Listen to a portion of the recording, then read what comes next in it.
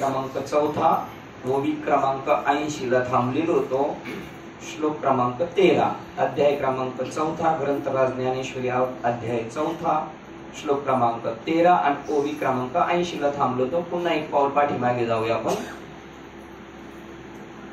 मी गुणाचा विभाग व कर्माचा विभाग करून त्याच्या अनुरोधाने 4 वर्ण उत्पन्न केलेले आहेत. माईक व्यावहारिक दृष्ट्या मी जरी याचा करता आहे तरी अकर्ता आहे व त्यामुळेच असंसारी आहे असे तू जाण. मी विभाग केलेले. आपण देवाने असं का केलं, देवाने मला इथे का टाकलं, तिथे का टाकलं, आपले गुण आणि आपले कर्म पाहून आपल्याला त्या त्या जागेवर त्यांनी ठेवलेले. त्याच्यानंतर मी केले असं नाही, त्याची ती योग्यता पाहून केलेली. त्यामुळं मी जरी माईक व्यावहारिक दृष्ट्या मी केलं असं दिसतंय, देव करतो, देव असं करतो तसं करतो, हे जे दिसतंय हे सुद्धा कसं दिसतंय, माईक आणि व्यावहारिक दृष्ट्या. एक व्यावहारिक सत्ता आहे आणि एक परमार्थिक सत्ता आहे. व्यावहारिक सत्ता ही तात्पुरती असते आणि परमार्थिक सत्ता फायनल असते. रश्शीवर साप दिसणे ही व्यावहारिक सत्ता आहे. त्याचं जर निवाडा केला अधिष्ठानापर्यंत पोहोचलो तर रश्शी ही पारमार्थिक सत्ता आहे. त्याचा कर्ता मी जरी आहे असे दिसले तरी अकर्ता आहे, त्यामुळे असंसारी आहे असे तू जाण. म्हणजे इथे सांगायचं ज्ञान कर्म संन्यास योग. कर्म करता करता करता त्या कर्माशी माझा काही संबंध नाही. कर्म प्रकृती करते, मी करत नाही, माझा त्याच्याशी काही संबंध नाही. अशा भावनेने जर कर्म केलं तर तो असंसारी राहतो. आणि मी करतो असं पूर्ण समजतो, देहाला स्वतः मी समजतो, त्यावेळेला तो जीव संसारी होतो. आता याचप्रमाणे असे तू लक्षात घे की हे 4 वर्ण आहेत, तेही त्यांच्या गतकल्पित गुणकर्माच्या संस्कार विभागानुरूप मीच उत्पन्न केले आहे असे तू समज. आज आपण जे ज्या ज्या जागेवर आहे ते आपणच मागे केले कर्म झाले, तेची भोग आले, उपजले मेले ऐसे घेते. मागील आपलं कर्म पाहून आपल्याला त्या जागेवर पाठवण्यात आलेले. या 4ही वर्णाच्या प्रस्तुतच्या कर्माची आपापल्या निराळी प्रकृती धर्माने आणि गुणाच्या तारतम्याने मी व्यवस्था केली आहे. यांची प्रकृती धर्म काय तो पाहून, त्यांचं गुण काय, त्यांचं कर्म काय असं पाहून मी, जसं एखाद्या कंपनीत भरती करायची तर शिपायाच्या जागेवर आहे, पिऊनच्या जागेवर आहे, वॉचमॅनच्या जागेवर आहे, क्लार्क आहे, ऑफिसर मोठा, ही जरी नियुक्ती केली तर त्यांनी काय पाहिलं, त्यांचे पेपर पाहिले, काय शिक्षण आहे, काय आहे, त्या पद्धतीने.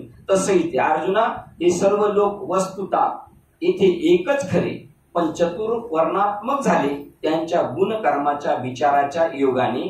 त्यांच्या वर्णाश्रम धर्माची निवड व व्यवस्था स्वभावताच केली आहे. त्यांच्या स्वभावता 79. परंतु याच्यामध्ये एक मख्खी आहे. त्याच्यामध्ये काय सांगितलंय, हे अर्जुना हे सर्व लोक वस्तुता येथे एकच खरे.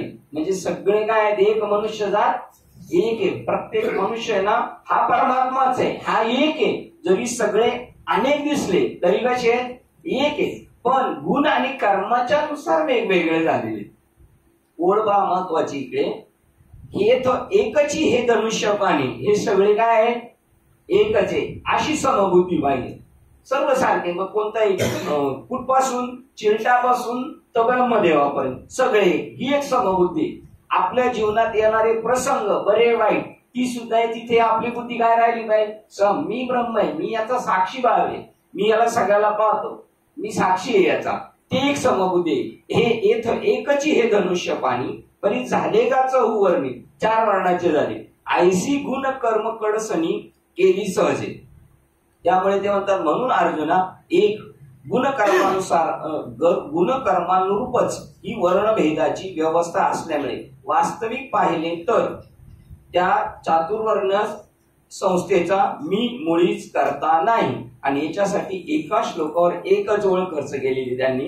14 नंबरच्या श्लोकावर म्हणतात, हे मजस्तवची झाली परिज्ञानही केले ऐशे जेने जाणितले तो सुटला का. भगवान श्रीकृष्ण कशामुळे सुटतायत, हे मी करतोय, माझ्या येणेच चाललेलं आहे, पण मी काही केलेलं नाही म्हणून ते प्रसन्न आहे. जर ही टॅक्ट तुम्हाला आपल्याला साधली तर आपण कोण होणार आहे, तेच होणार. आपण सुद्धा भगवान कृष्ण परमात्मा स्वरूप तत्वरूपाने आहोतच. आता हे पण तत्वरूपाने का म्हणायचं, आपण लगेच देहबुद्धीने नाही घ्यावं म्हणून. आणि ज्या दिवशी तत्वरूपाने कळेल आणि ते ठसेल तेव्हा देहबुद्धी सुद्धा देहबुद्धी राहत नाही, देहबुद्धी तीच आत्मबुद्धी होऊन जाते. कारण आत्म्याचाच एक भाग देह झालेला आहे. त्यांनी त्याला गवसणी घातलेली, म्हणजे सोन्याचे अलंकार केले आणि परत ते कोणत्या पेटीत ठेवले? सोन्याच्याच पेटीत ठेवले. म्हणजे मग सोन्याने सोनं झाकलं असं झाले की नाही? झालं की नाही? नाही झालं, कारण कोणी कोणला झाकलेलं आहे? सोन्याने. म्हणजे आतमध्ये आत्मा सोनं आणि ही पेटी कशाची आहे? आता असा जर भाव झाला आपला, मग त्याला काहीच आहे आकाराशी कैसा ठाव, देहच प्रत्यक्ष झाला देव. आता ती त्याच्या अगोदरच जे नाशिवंत देह नाशिवंत, त्याला आता दिली कांडी लावून ते बाजूला निघून गेलेले. अशा प्रकारचं आहे. ते म्हणतात ही वर्ण बघा, श्लोक क्रमांक 14, मला कर्मे पुण्य पापाने लिप्त करीत नाही. कोणाला? मला. जर तो मी आत्मा आहे असं जर समजलं, मी वासुदेव तत्व, आता आपल्याला सुद्धा चिटकतील का? नाही. मला कर्मे पुण्य पापाने लिप्त करीत नाही. कर्माच्या फलाविषयी माझी इच्छा नाही.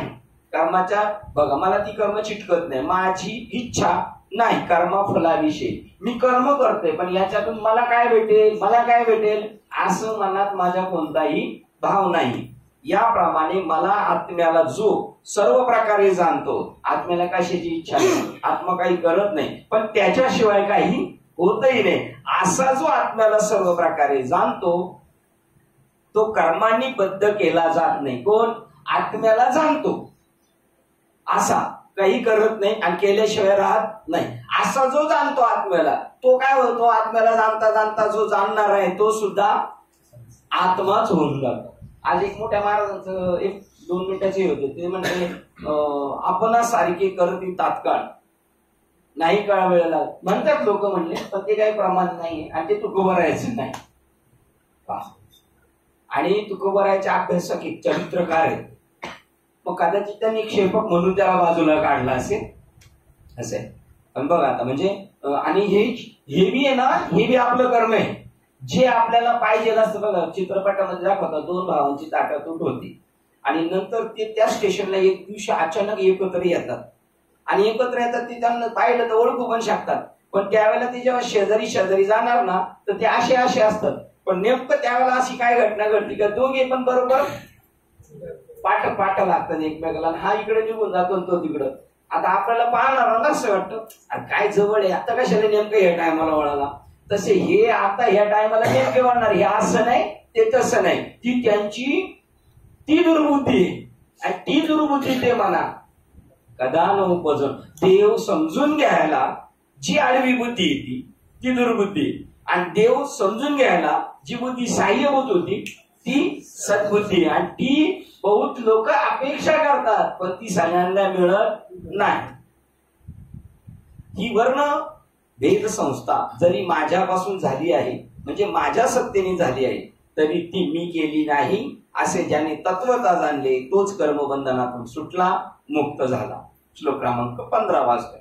पूर्वीच्याही मुमुक्षूंनी असेच जाणून कर्म केले, म्हणून तू पूर्वीच्या मुमुक्षूंनी त्यांच्याही पूर्वीचे केलेले कर्मच कर. बघा परंपरा सांगतात मागे जेवढे होऊन गेले साधू संत त्यांना मुमुक्षत्व निर्माण झालं. परमार्थातला एक मोठं स्टँड आहे, या स्पॉटला आला पाहिजे माणूस, इथपर्यंत येत नाही त्याला सुद्धा भाग्य त्याचं कर्म असावं लागतं. काय निर्माण व्हायला पाहिजे त्याच्यामध्ये? मुमुक्षुत्व. आणि मुमुक्षुत्व मध्ये अजून विचारसागर मध्ये सांगितलं तीव्र मुमुक्षुत्व झालं पाहिजे. मुमुक्षुत्व झालेलं आहे. आले बाबा भेटले ना, तुमचे बाबा यांना भेटले गावाला, मला माळ घालायची, मला नाम घ्यायचे, माझी लई इच्छा आहे हो, पण तुमचे बाबा कुठे आले पाहिजेत? यांच्या गावात आले पाहिजे. आणि बाबा जिथं असेल तिथं माझी जायची तयारी. त्याला तीव्र मुमुक्ष म्हणायचं आहे की नाही? मुमुक्ष आणि तीव्र मुमुक्ष. मागील जे मुमुक्ष होते बघा, मागील मुमुक्ष जे होते ती ही आयशा जाणून मारते. काही वेळेला याच्यापेक्षाही हे पॉवरफुल वाटतं. मागील मुमुक्ष जे होते ते आता मग आता जगामध्ये मुमुक्षत्व आहे का? लोकांमध्ये कीर्तनाला आलेल्या लोकांमध्ये मुमुक्षत्व आहे का? नाही 10 लाख भाविक गेले. आता हे वादग्रस्त विधान ठोकत 10 लाख भाविक पंढरपूरला गेले, हे सगळे मुमुक्ष गेले होते नाही का? मुक्त तर नाहीच, सिद्ध तर नाहीच, पण मुमुक्षत्व नाहीये. मग ते फक्त गर्दी करायला गेलेले किंवा काशीला गाड्याच्या गाड्यावरून जातात, ते का मुमुक्ष जातात काय? मुमुक्षु जर काशीला गेला आणि जर मेला तो, तिथं शंकर भगवान त्याच्या कानात येऊन तारक मंत्र सांगतात आणि त्याला तिथं सोडवतात. पण हे आपण फिरायला जातो, चला आता वेळ पण आहे, राजा बॅलन्स आहे, चला जाऊन आहे की नाही.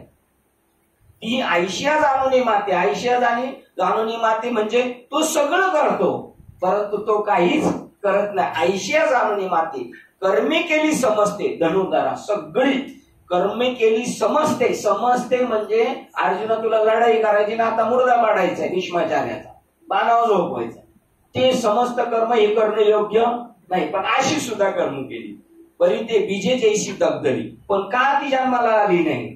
अशी कर्म त्याने ऍक्युरेट केली पण ती कर्म जन्माला का आली नाही. भाजलेलं बीज उगवत नाही, तशी त्यांची अहमवृत्ती भाजली आणि त्या अहमवृत्तीचा पालट कोणत्या वृत्तीत झाला, सोमवृत्तीत झाला. सोम म्हणजे काय, ते ब्रह्म माझ्यास आहे, मीच नटलेलो, ते ब्रह्मच मी नटलेलो सगळं, ते ब्रह्म मी आहे, असं अहम जळाला सोम निर्माण होतो.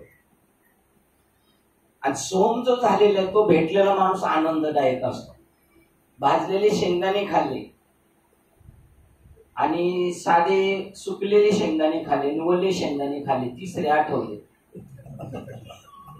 वल्ले शेंगदाणे खाल्ले तर डोकं बी दुखतं, सर्दी बी होती. आणि नुसते कच्चे शेंगदाणे खाल्ले तर काय होतं, नुसतं डोकं दुखतं ना. आणि भाजलेले जर खाल्ले तर चटकदार लागतात आणि त्रास काहीच होत नाही. तसे 3 प्रकारचे महाराज आहेत, एक वल्ले, दुसरे वाळलेले आणि तिसरे भाजलेले. आपल्याला कोणते पाहिजे, भाजलेले पाहिजे. नामदेव महाराज भाजलेले नव्हते म्हणून त्यांना भाजले, है की नाही. पूर्वीचे मोक्ष जे होते त्यांनी अशा प्रकारे मला जाणून सर्व कर्मी केली, परंतु ज्याप्रमाणे भाजलेले बीज पेरले तरी मुळीच उगवत नाही त्याप्रमाणे त्याची निष्काम कर्मेच खरी, पण त्यांना मोक्ष प्राप्तीस परंपरेने कारणीभूत झाली. त्यांची कर्मे निष्काम भावनेने होती, काहीच अपेक्षा न केलेली आणि अजून भाजलेली होती. बघा दगदली नुकवतीची पेरली तैशी कर्मेची परितया झाली, मोक्ष येतो. इथे मिस्टेक, निष्कर्मे कर्मे नाही पाहिजे, फक्त कर्मे पाहिजे होती. काय पागावर ओळ काय ते म्हणतात, परी ते बीजे जैशी दगदली, भाजलेली बीजे नुकवताची पेरली, उगवणारी नाही पेरली पण उगवली, पेरली नुकवतीची, तैशी कर्मे परितया झाली मोक्ष हेतू, तैशी कर्मे तयार झाली मोक्ष हेतू. आणि ते सांगितले त्यांची त्याप्रमाणे निष्काम कर्मेच खरी, कर्मेच खरी, निष्काम शब्द नकोय, कर्मेच खरी. पण त्यांना आता त्याच्यातच आहे ना, उगवणार नाही म्हणजे निष्फळ झाली ती, त्याला आता फळ नाहीये.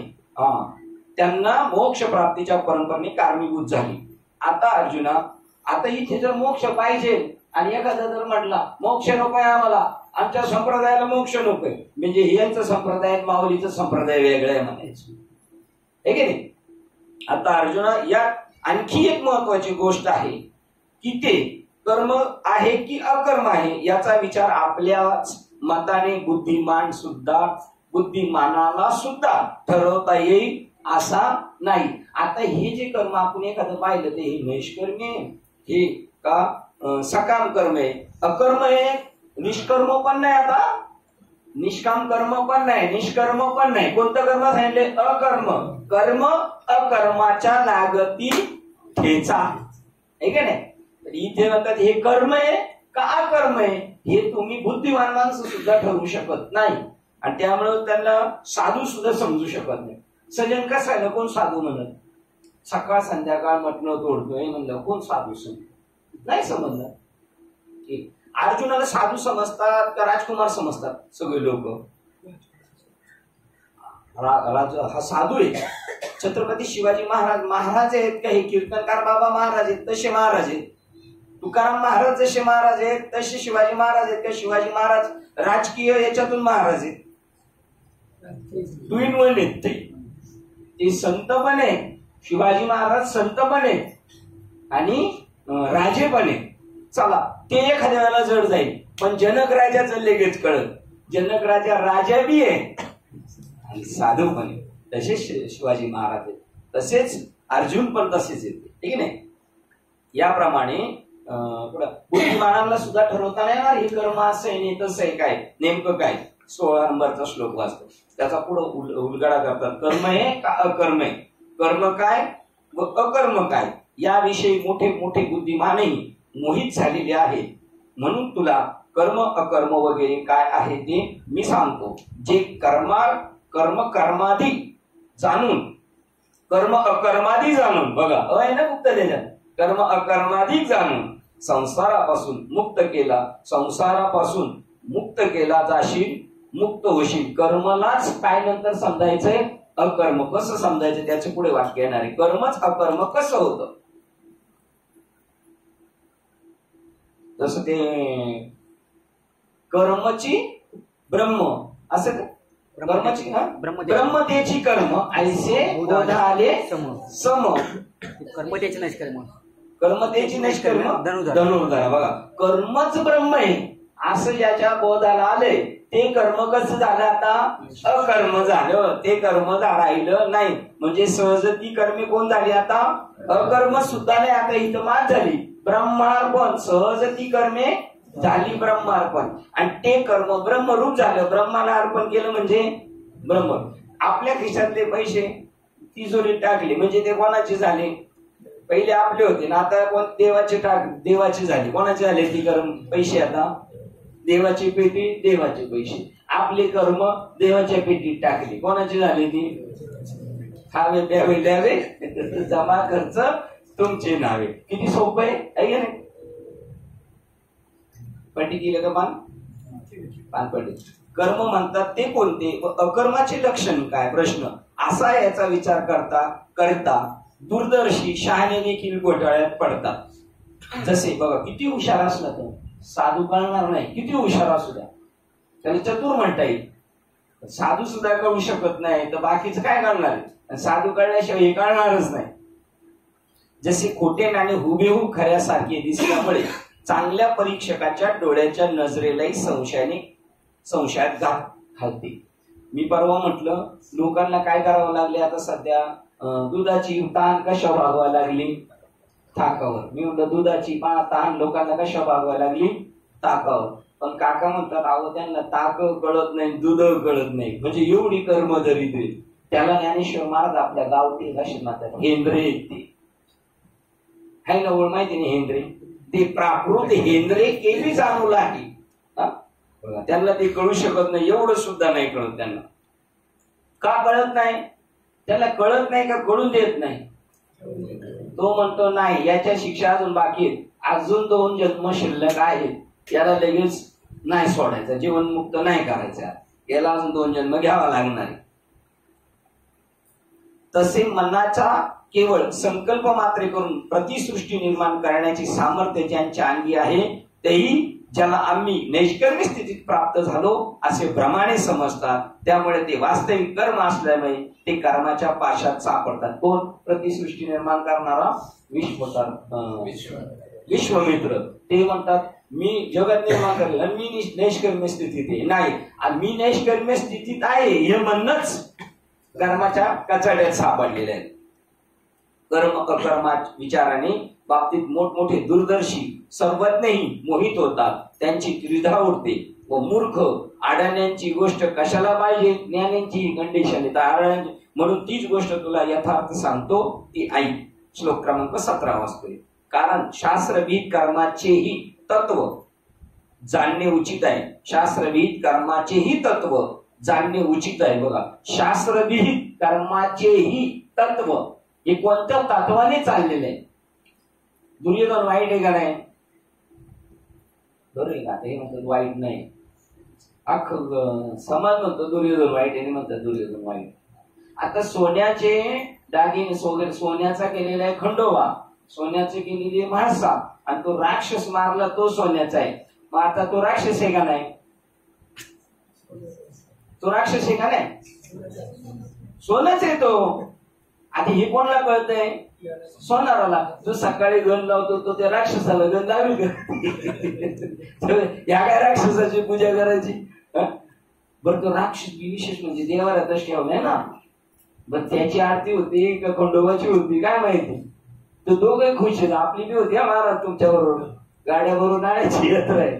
पण त्याला माहितीये सोनाराला, सोना कसं, सोनार तत्व पाहतो, तुम्ही आपण काय पाहतो, आकार पाहतो, आहे की नाही.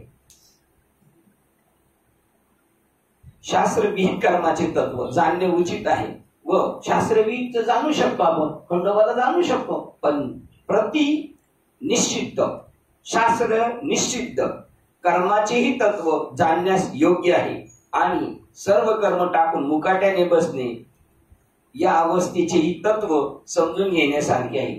त्याला तुम्ही तटस्थ म्हणता, तटस्थ आमदार. म्हणजे शास्त्रविहित जाणायचं, शास्त्र निश्चित जाणायचं, या दोघांचं जर मूळ शोधत गेलो, खंडोबाचं मूळ शोधत गेलो आणि त्या राक्षसाचं मूळ शोधत गेलो तर काय हाताला लागेल? तत्व सोनं लागेल. आणि सर्व कर्म टाकून मुकाट्याने बसणे या अवस्थेत तत्वच सापडणार. काही घेणं नाही देणं आपल्याला.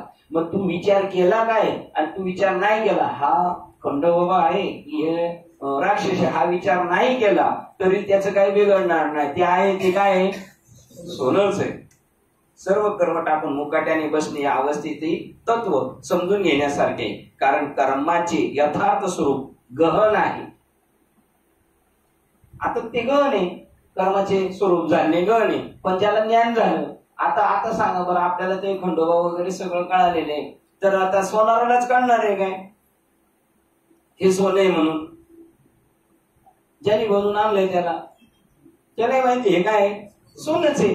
म्हणजे बाबालाही कळलं आणि बाबाच्या बरोबरचा सोनार म्हणजे गुरु समजा, त्याचं मूळ सांगणारा, आणि त्याच्या बरोबर राम राम आपल्याला पण कळणार की नाही. तरी कर्म म्हणजे ज्याच्यामुळे हा विश्वात्मक आकार किंवा माया विशिष्ट परमेश्वरास विश्वाकार उत्पन्न करण्याचा संकल्प. कर्म म्हणजे काय? कर्म म्हणजे काय? आपल्या देवावरच किती देव येते? 5 आहेत का? 7 आहेत. 6 आहेत. आणि त्यांच्या पाठी लालीच आहेत सगळ्यांच्या, आणि पुढं चांदीच आहे. त्यांच्या पाठीत पाणी गेलं तरी पाठी सगळ्यांच्या कशा आहेत? लाल आहेत का नाही, आणि पुढून पांढरे पट्ट घेत नाही. मग आता तो कर्म म्हणजे ते सोनाराच्या डोक्यात आलं, याला कोणता देव बनवायचा आहे की नाही, त्याच्या डोक्यात आलं नाही तर पहिलं काय होतं? ते चांदीच होते की नाही. तसं कर्म म्हणजे ज्याच्यामुळे हा विश्वात्मक आकार, हा आकार कशामुळे झालाय? खंडोबाचा आकार कोणामुळे झालाय? सोन्यामुळे झालेला आहे. मग तो आकार खंडोबा झालाय ना म्हणताय तुम्ही, त्याचं नाव कर्म. बांगडी झाली ना, त्याचं नाव कर्म आहे की नाही. चैन झाली, याचं नाव कर्म. ते म्हणतात कर्म म्हणजे ज्याच्यामुळे हा विश्वात्मक आकार कशामुळे निर्माण झालाय? माया विशिष्ट परमेश्वरास विश्वाकार उत्पन्न करण्याचा संकल्प. आता हे सोनाराला वाटलं ना की याची अमुक अमुक दागिने करावेत, हे कोणाला वाटलं? सोनाराला वाटलं. आता सोनं आणि सोनार एक आहेत का दोन आहेत? व्यावहारिक दृष्ट्या दोन आहेत, आणि पारमार्थिक दृष्ट्या मग कोणाला वाटलं? सोनाराला सोनार झाला सोनं म्हणा, नाही तर सोनं झालं सोनार म्हणा, आणि त्यांनी दागिने केले. हा, कळलं ना तुम्हाला? मला असं वाटतं कळलंय म्हणून. परत सांगू हा, बघा, माया विशिष्ट. आता हे नाही कळायचं आपल्याला जरा थोडस, पण कुंभाराच्या डोक्यात होतं मडकं बनवायचं है ना. मडकं बनवणारा वेगळा आणि मडका वेगळा आहे. मडका कशापासून निर्माण झाला? मातीपासून. म्हणजे माती मडका एक, आणि बनवणारा कुंभार वेगळा, हे नाही विचार. बरं, कुंभाराच्या आतमध्ये पृथ्वी आहे का? पृथ्वी आहे ना. नंतर त्याचं सावडण्याच्या दिवशीच कळणार आहे पृथ्वी, आहे का नाही. म्हणजे तीच पृथ्वी मडका झाला, आणि तीच पृथ्वी कोण झालाय? कुंभार झाला. हे कोणतं आहे? हे पारमार्थिक सत्तेतलं बोलणे, आहे की नाही. पण आता कुंभार वाटतो, मडका वाटतो, आणि माती वाटते. बघा, मातीला मडका समजणं हे कर्म आहे, आणि ज्याने बनवलं, आकार दिला, ते कर्मच आहे. हे तिन्ही मिळून परत काय आहे? एकच आहे. बघा, पुन्हा वाचतो. तरी कर्म म्हणजे ज्याच्यामुळे हा विश्वात्मक आकार किंवा माया विशिष्ट परमेश्वरास विश्वाकार उत्पन्न करण्याचा संकल्प. तर कुंभार हे कुलालमतीचे गर्भ उमटते. स्वभावता आपोआप अगदी पहिल्यांदा उत्पन्न होतो, तेच कर्माचे लक्षण होय. ज्या वेळेला निर्माण झाले त्याला हे प्लॅस्टिक आहे, पण आता याला काय निर्माण झाला, चिमटा म्हणले. बस हेच याचं कर्म याला म्हणायचं. नाही तर हे पहिले काय प्लॅस्टिक आणि याला चिमटा म्हणणं म्हणजे काय कर्म आहे त्याचं. मग ते विशेष अगदी पहिल्यांदा उत्पन्न होते तेच कर्माचे लक्षण. या ठिकाणी प्रथमतः त्याच कर्माचे यथार्थ स्वरूप नीट जाणून घेतले पाहिजे. आता त्या कर्माचे स्वरूप जाणून घेतले पाहिजे म्हणजे ह्या चिमट्याचे स्वरूप यथार्थ जाणून घेतले पाहिजे. मी या चिमट्याचे स्वरूप काय आहे, प्लॅस्टिक, बरोबर. एवढं सोपं आहे काय? हा, याला जसं हा चिमटा म्हणणं आणि याला नंतर काय समजणं, प्लॅस्टिक. त्याचं नाव तुकाराम महाराज म्हणतात. तुका म्हणे सोपे आहे सर्वांनी, काय चिमटा आहे का प्लॅस्टिक आहे कळणं. तुका म्हणे सोपे. बरं, हा चिमटा ही उपाधी आहे, पण याच्यामध्ये गुप्त आहे का नाही, या उपाधी माझी गुप्त आहे का? मग आता हे गुप्त आहे का ओपन आहे? ओपन आहे. मग गुप्त का म्हणले? आता इथं चांगलं कळणार आहे. हे चिमटा आहे आणि आहे प्लॅस्टिक, पण तुम्ही चिमटा म्हणता, मला गुप्त का म्हणले? आकाराला आलं म्हणून गुप्त आहे, प्लॅस्टिक आहे म्हणून गुप्त आहे का तुम्हाला कळत नाही म्हणून गुप्त आहे? तुम्हाला हे कळत नाही काय, हा प्लॅस्टिकच आहे, कारण तुम्ही सारखे म्हणता. आता याला चिमटा म्हणला. तुम्हाला सांगतो, फार आमच्या गावची आजी आहे, ती मुंबईला आली तर किती घोटाळा होता बघा. याला या उपाधी माझी गुप्त. आमची आजी गावाला राहिलेली आणि तिची मुलगी ना शिकलेली चांगली, आणि मग ती लेकीच्या घरी गेली आजी, आणि आजी लागली काम करायला. तर त्या नातीला नव्हती, ते बघूला गेलं. बघून कुठे, तिला काय काय माहितीये, फक्त टोक माहितीये, तिला बघूलं माहित नाही. आता ते तिथं गुप्त होतं का, बघूलं नाही ना. तसं हे प्लॅस्टिक गुप्त आहे का? मग हा आता प्लॅस्टिक आणि चिमटा कोण झाला, ये. आणि तुम्ही याला चिमटा समजलं, याचं नाव काय झालं, कर्म झालं. तुम्ही जर स्वतःला म्हणले आता हे आणि ब्रह्म, तुम्ही ज्या दिवशी एक समजणार, कर्म बिर्म काय नाही, काही नाही कर्म बिर्म, कसलं कर्म काय. पण तुम्ही स्वतः बरं तुम्ही समजणार किती वेळ, 2 तास समजणार आपण बाबाच्या बरोबर कीर्तनात येतो, पण आणि घरी गेलं का परत संपलं, विसरलं का. तिथून पुढे काय सुरू झालं, परत कर्म चालू झालं. तुम्ही त्याला कर्म म्हणणार. आणि ज्या दिवशी तुम्हाला टोटल 24 तास ध्यानात राहणार, तेव्हा तुम्ही म्हणणार आमचा कर्म धर्म त्यांचा नाही, यांचा म्हणता गोळ झालाय, कर्म धर्म आमचा. असं बाबा म्हणले का तुम्हाला, कर्म धर्म त्यांचा, बाबा कर्म धर्म आमचा, तो झाला. बाबा टाळी देते का नाही, देणार का नाही टाळी बाबा. आणि मग असं ज्या दिवशी कळलं सगळ्यांना, तेव्हा एकच टाळी झाली, चंद्रभागी वाळून. कळालं का टाळी बसते की नाही, तशी टाळी झालेली होती की नाही. पहिल्यांदा उत्पन्न झाल्याचं होतं तेच लक्षण. पुढे गेलो आपण, या ठिकाणी 89 ला गेलो आपण. या ठिकाणी प्रथमतः त्याच कर्माचे यथार्थ स्वरूप नीट समजून घेतले पाहिजे. आता याचं समजून घेतलं का नाही आपण यथार्थ, बस झालं. मग जे विशेष कर्म वर्ण व आश्रमास योग्य विहित म्हणून वेदाने सांगितलेले आहे, त्याचीही अनुष्ठान प्रकार व फल, त्याचाही अनुष्ठान पाहिजे होतं, त्याचीही अनुष्ठान प्रकार व फल यासह निश्चित स्वरूपाची ओळख करून घेतली पाहिजे.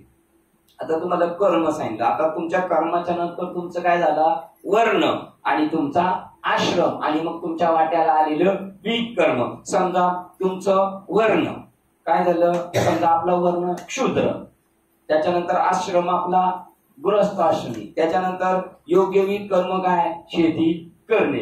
मग या वेदाने सांगितलेले त्याचेही अनुष्ठान प्रकार फल याचाही निश्चित स्वरूपाची ओळख करून घेतली पाहिजे. त्याचा अनुष्ठान काय, त्याचा प्रकार काय. याशिवाय आता हे सोडून तुमच्या वाट्याला सांगून, याशिवाय ज्या निश्चित कर्म म्हणतात ते शास्त्र निश्चित कर्माचे स्वरूप ओळखणे आवश्यक आहे. आता शास्त्र निश्चित कर्म इथं अर्जुनाला का सांगितलंय, आपण शास्त्र निश्चित कर्म म्हणजे काय, मांस खाणे, दारू पिणे आणि नको ते धंदे करणे असं म्हणतात. अर्जुन असं काय करतोय का आता सध्या इथं, पण निश्चित कर्म करतोय काय, शास्त्रभीत त्याला कर्म सांगितलेलं आहे. आश्रमाला धरून आलेलं क्षत्रिय कुळातलं आहे आणि तू लढाईच करायचं सोडून म्हणतो मी तर संन्याशी बाबा होईल आणि फिरत बस चार गर्दी मागे. हे त्याचं काय झालेलं आहे, निश्चित कर्म झालेलं आहे.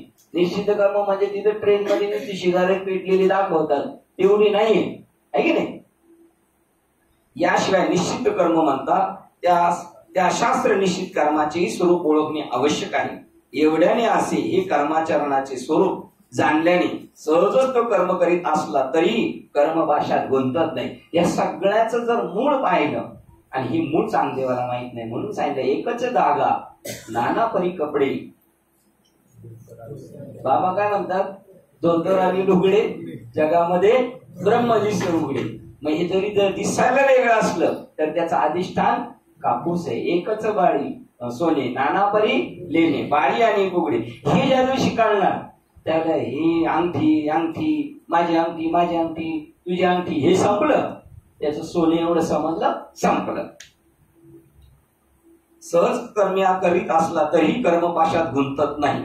मग अर्जुना तू लढाई केली, आता मी धर्मानुसार आले लढाई करणं आले आणि मागे सांगितले अशा पद्धतीने केलं तरी तू जरी त्यांना मारलं भीष्माचार्याला तू म्हातारपणाची त्यांची काठीस, पण आता त्यांना बाणाव झोपवलं तरी ते खरं नसणार. पण अशा तुम्हाला कसं पटलं का मग खरं नसणार, बाणाव झोपवलं तरी खरं नाही. खरं आहे का ते बाणाव झोपवलं, खोटे का बाणाव झोपवलं, नव्हतं झोपवलं का, मग खरं आहे का ते. यांचं उत्तर आहे खरं पण नाही खोटं पण नाही. बरोबर त्याच नाव मिथ्या आहे दिसायला आहे की नाही. भीष्माचार्याला बाणावर झोपवलं, भीष्माचार्य बाणावर झोपल्यामुळे संपले अर्जुनाचे बाण लागून, हे खरं नाही. त्या शोले पिक्चर मधल्या त्या गुंडाने अमिताभ बच्चनला मारलं आणि शोले पिक्चर मध्ये अमिताभ बच्चन मेला. हे खरं का नाही, खरं बी नाही खोटं बी नाही. पिक्चर बघताना कर आणि घरी गेलो कारण ते आरामशीर राहतात. तसंच हे इकडे ते म्हणतात त्याप्रमाणे हे जेव्हा तुम्हाला कळणार तेव्हा कोण मरत नाही आणि जन्मत नाही. बरं तिथं त्याला सरनाव ठेवलेलं दाखवलं नाही का, सरनाव बी ठेवलेलं आहे पण तरी पेटवलेलं बी पाहिलेलं आपण तरी तो पेटला त्याचं नाव नाही. तो जर परत दिसला दुसऱ्या दिवशी तर तो म्हणे नाही नाही छिदंती मग मी कापला जात नाही अग्नीने जाळला जात नाही असं माझं स्वरूप आहे. काल पेटलेला पाहिला होता तरी ठीक आहे नाही. याशिवाय 91च्या पुढे पण अशा विचाराचा जर अभाव असला तर तोच काय सर्व जग कर्माच्या अधीन आहे. बघा अशा विचाराचा हे जे विचार सांगितले या विचाराचा जर अभाव असेल तर तोच काय सर्व जग कर्माच्या अधीन आहे. अशी कर्माची व्याप्ती फार दुर्बोध आहे. परंतु प्रस्तुत ते असो. आता वर सांगितल्याप्रमाणे कर्म अकर्माचे यथार्थ ज्ञान झालेल्या कृतार्थ पुरुषाचे लक्षण सांगतो. आई श्लोक क्रमांक 18 वाजता. जो विवेकी मनुष्य शरीर इंद्रिय प्राण यांच्या प्रत्येक व्यापारामध्ये बघा जो विवेकी मनुष्य, विवेकी म्हणजेच आत्मज्ञानी, शरीर इंद्रिय प्राण यांच्या प्रत्येक व्यापारामध्ये त्यांच्या प्रत्येक हालचालीत अकर्म आत्म्याचे अकर्तृत्व पाहतो. काय काय कशामध्ये शरीराची हालचाल चालू आहे. कारण शरीराच्या आतमध्ये सूक्ष्म इंद्रिय, शरीर हलणं म्हणजे हातपाय हलवलं बरं आतमध्ये मन बुद्धी हे पण एक इंद्रिय त्यांची चालू आहे. प्राणाची सुद्धा यमन घेण्याचे चालू. या प्रत्येक व्यापारामध्ये त्याच्या प्रत्येक हालचालीत अकर्म आत्म्याचे कर्तृत्व हे चाले हे शरीर पण तो काय करतो का नाही करत असं त्या आत्म्याचे कर्तृत्व पाहतो. व जो अकर्मात मुकाट्याने बसणे या अवस्थेत कर्तृत्व पाहतो हे सगळं पाहतो आणि पाहून सुद्धा काही बोलत नाही. या अकर्मात मुकाट्याने बसणे तुका ज्ञानदेव मौन जपमाळ अंतरी आतल्यात हे जाणतो. हे सगळं काय एक अकर्मात मुकाट्याने बसणे या अवस्थेत ही एक अवस्था आहे. एक गडबड्या लोळण्या अवस्था आहे, एक रडण्या अवस्था आहे, एक हसणं अवस्था आहे आणि मुकाट्याने बसणे ती एक अवस्था आहे. सहज तुका म्हणे उगेची राहा जे जे होईल ते पहा आणि जर अजून जमत असेल तर सहज पहा. सहज पहा म्हणजे काही झालं नाही असंच पहा, है की नाही. या अवस्थेत कर्तृत्व पाहतो तो सर्व मनुष्यामध्ये मोठा बुद्धिमान ज्ञानी, तो योगी, तो समस्त कर्म करणारा आहे. पा त्याला किती भूषण दिले सगळे असं पाहतो. तो सर्व मनुष्यामध्ये मोठा बुद्धिमान ज्ञानी, त्याच्यानंतर तो योगी आणि तो समस्त कर्म करणार आहे. तो योगी आहे.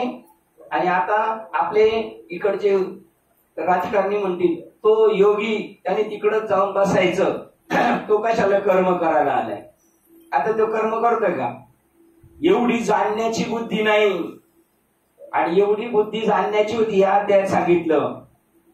जर आपला पोरगा राजा झाला, आमदार झाला, आता असं झालं पाहिजे, आमदार झाला, खासदार झाला, सरपंच झाला, तर त्याला पहिली माळ आणि आत्मज्ञान असणं गरजेचं आहे असं या अध्यायाच्या सुरुवातीला सांगितलं. हा योग मी सूर्याला सांगितला, याच्यामुळे सगळ्या राटी चालतात. नाही तर तो लय तो म्हणला आपण आज विकली ऑफ घेणार. त्याला सांगितलं तुला रोज विकली ऑफ आहे, तू जास्त तुला समजायचं नैष्कर्म्य स्थितीमध्ये. त्याच्यानंतर मनुला सांगितलं आणि त्याने ईश्वाकूला सांगितलं. आणि याचे राजे सगळे जाणते होते, पण सध्या काळ हा लोपला आणि त्याच्यामुळे आपण घोटाळ्यात आहोत. आपले गुरुजन, आपल्या जे सत्ताधीश ते पहिले ज्ञानी पाहिजे आणि ते जसं वागणार तसं येथे वडील जे. आणि तो जरी राजा राज्य करत असला तर तो या भूमिकेतून करणार, मी सगळं करतो पण मी नाही, असे छत्रपती होते. राज्य व्हावे श्रींची इच्छा आहे, जगाचं सगळं चाललंय त्यांच्या इच्छेतून चाललंय. मग तो सहज त्या कर्मामध्ये जाता आणि त्याच्यामुळं मग तो टीका कर्म करतो. ज्ञानी झाला, पैसे भरपूर आहे, त्याला काही काम करायचे नाही, तरी देख जे प्राप्तार्थ झाले, जे निष्कर्म्य तो पावले, तयाही कर्तव्य उरले असे. कोणासाठी. लोकांसाठी. साधू लोक जगतात लोकांसाठी. हा एक भाव त्यांचा लोक म्हणतात म्हणून. तुकाराम महाराजांनी हा चार्ज घेतला. तुका म्हणे आता उरलो उपकारापुरता, पण एक टप्प्याच्या पुढे गेल्यानंतर म्हणतात कोण उपकार करणारा, कोणावर उपकार करायचे आपल्याला. हा एक अलीकडचा बॉर्डरच्या ठिकाणचा भाग आहे. मी उपकारापुरता उरलो याचं सुद्धा स्मरण एक क्षणात संपणार आहे. मी बुडतोय, मी बुडालो हे म्हणणे. आणि जो खरा बुडाला तो बोलतच नाही. आता त्याच्या सगळं नाकात तोंडात पाणी गेलं म्हणजे आता खरा तो बुडाला. आणि त्याच्या अगोदर बुडालो म्हणत होतो, तर बुडाला होता का नाही. तसं एका स्पॉटला जाताना मी आकाश एवढं आहे, जाताना शेवटचा राम राम राम राम टाटा टाटा करतो, दिसेना असो. आणि दिसेना असं झाला का तो टाटा दिसत नाही. तसं तुकाराम महाराजांचं हे वाक्य बी थोडस अलीकडच्याच पॉइंटच आहे. झालं का श्लोक वाचून. जो सर्व कर्माचे आचरण करीत असताही ते कर्म आपण करतो. बघा, जो सर्व कर्माचे आचरण करीत असताही ते कर्म आपण करतो असे मानित नाही. मी श्वास घेतो असं कधी मानलंय. मी लय मस्त पचवतो असं कधी कोण म्हणलंय नाही. मी सगळं आठवणीत ठेवतो. माझ्या काही लक्षात राहिलं नाही का मग मी देवाची आराधना करतो. ती जशी कर्म स्वाभाविक आहे तसं हे पण स्वाभाविक झालं पाहिजे. टोटल सगळं. मी श्वास घेतो हे कधी आठवतो नाही, मी पचवतो हे नाही. त्याप्रमाणे ही सगळी कर्म ऑटोमॅटिक होतात असं जाणतो तो. या सर्व कर्माचे आचरण करीत असतात ते कर्म आपण करतो असे मानित नाही. आणि मग केले कोणी तुकाराम महाराजांना विचारला, हा मराठीमध्ये प्राकृत मध्ये का आणला वेदांत. ते म्हणले मी नाही आणला. अरे वा, मी नाही आणला. मग हे तुका म्हणे काय लावले मजेने. मी लावलेलं आहे तुम्हाला समजण्यासाठी. मी एकाच याच्यामध्ये. पण आता मी म्हणतोय तुमच्याशी बोलताना रामेश्वर भट्टांशी, हे मी केलं नाही. आणि तुम्ही जर एवढे 4 वेदाचे जाणते तर तुम्हाला माहिती आहे कोणी केलेलं आहे. आणि तुम्हाला कळत नाही म्हणून मी सांगतो आपुल्या वेळे नाही मी बोलत. सका कृपावंत वाचा त्याची. मग गाथा बनवला कोणी. तुकाराम महाराजांनी. पण ते म्हणतात मी नाही बनवला. साळुंकी मंजुळ ना तो बोलवतो. तसा तत्वता ते कर्म आपण करीत नाही असे जाणून आपले अकर्तृत्व पाहतो. तत्वता ते कर्म आपण करीत नाही. मग तत्वता आपण करत नाही तर तत्वता कोण करतोय? जे तत्व आहे ते करतोय, आपण करीत नाही असे जाणून आपले अकर्तृत्व पाहतो व कर्माबरोबर त्याच्या फलाची आशाही बाळगीत नाही, तेव्हा मोक्ष मिळतो. नुसता काशीला गेला आणि आला फिरून नाही, त्याला इकडं हिंडफिरिस्तीपणा म्हणतात. पंढरपूरला गेला जाऊन आला तरी पण त्याला जर हे कळालं नाही तर आला हिंडफिरिस्तीपणा करून. स्टेशनला गेला पण काहीच घेऊन नाही आला, असाच गेला. कामावर गेला 30 दिवस पण पगारच नाही आणला, काय उपयोगाचं आहे? आणि त्याला अशा प्रकारे नैष्कर्मतेचा इतका चांगला बोध झालेला असतो की त्याला आत्मस्वरूपाशिवाय जगात दुसरी काही प्रतीतीच होत नाही. भरला घनदाट हरी दिसे असं माऊली म्हणतात. आपण बी तेच म्हणतो. आपला हरिपाठ बी पाठ झालेला, आपल्या गुरुजीने हरिपाठ पाठ पाहिला म्हणून आपल्याला पुढच्या वर्गात ढकललंय.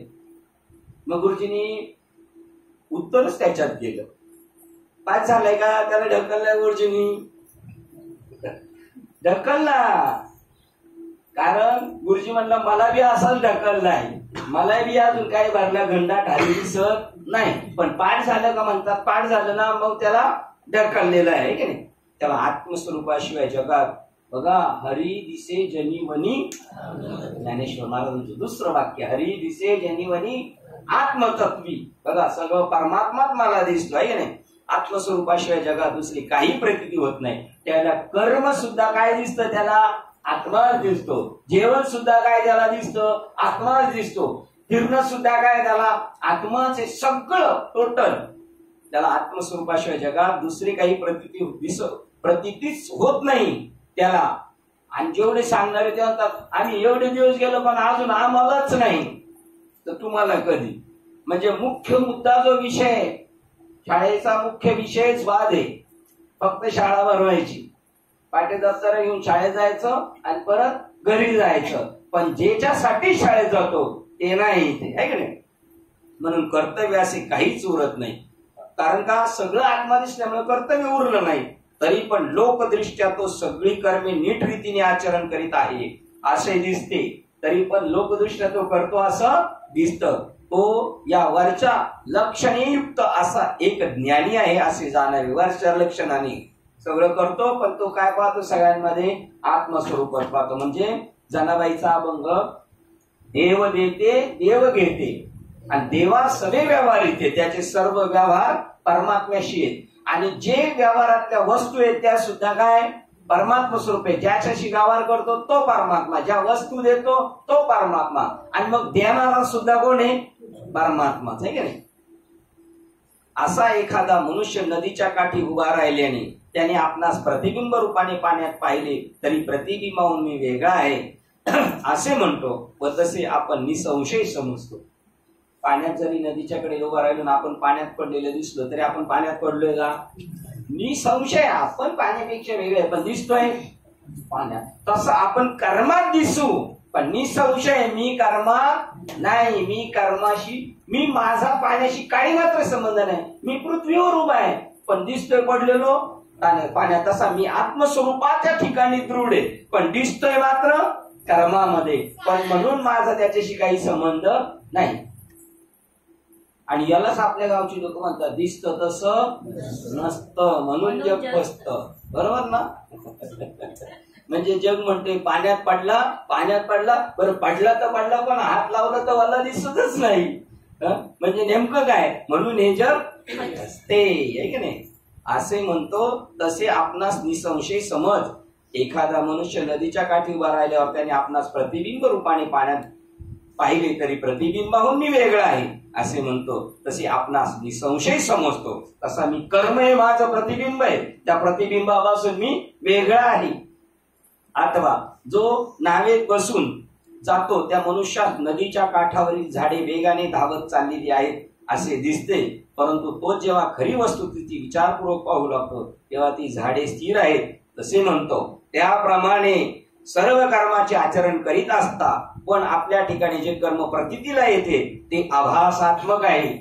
झाडं पळताना दिसतात ती आभासात्मक, ती जागेवर.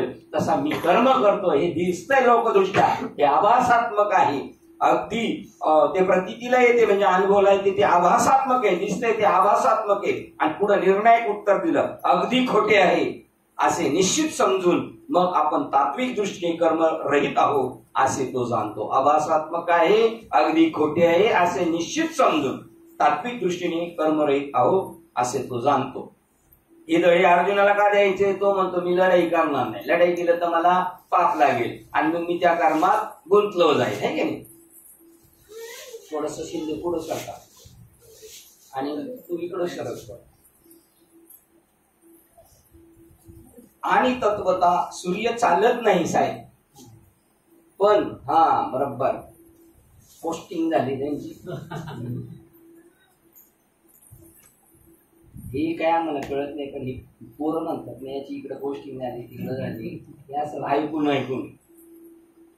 आमची आजी होती गावाला, पणजी आजी, आणि ओझरला गेलो का पणजी आजी, ती म्हणायची काय बायसिकलवर आलास काय? मी म्हणायचो 5वीला गेलो तेव्हा त्याला म्हणायला लागले ही सायकलला बायसिकल म्हणतात. तर ती ब्रिटिश जमान्यातली होती, ब्रिटिश जमान्यातली माणसं सायकल म्हणत नव्हती, बायसिकल. ती म्हणायची बायसिकलवर आला का ओझरला? मी म्हणायचो 5वीला, आपण 5वीला गेलो कळलं, आजीला कधी कळाले?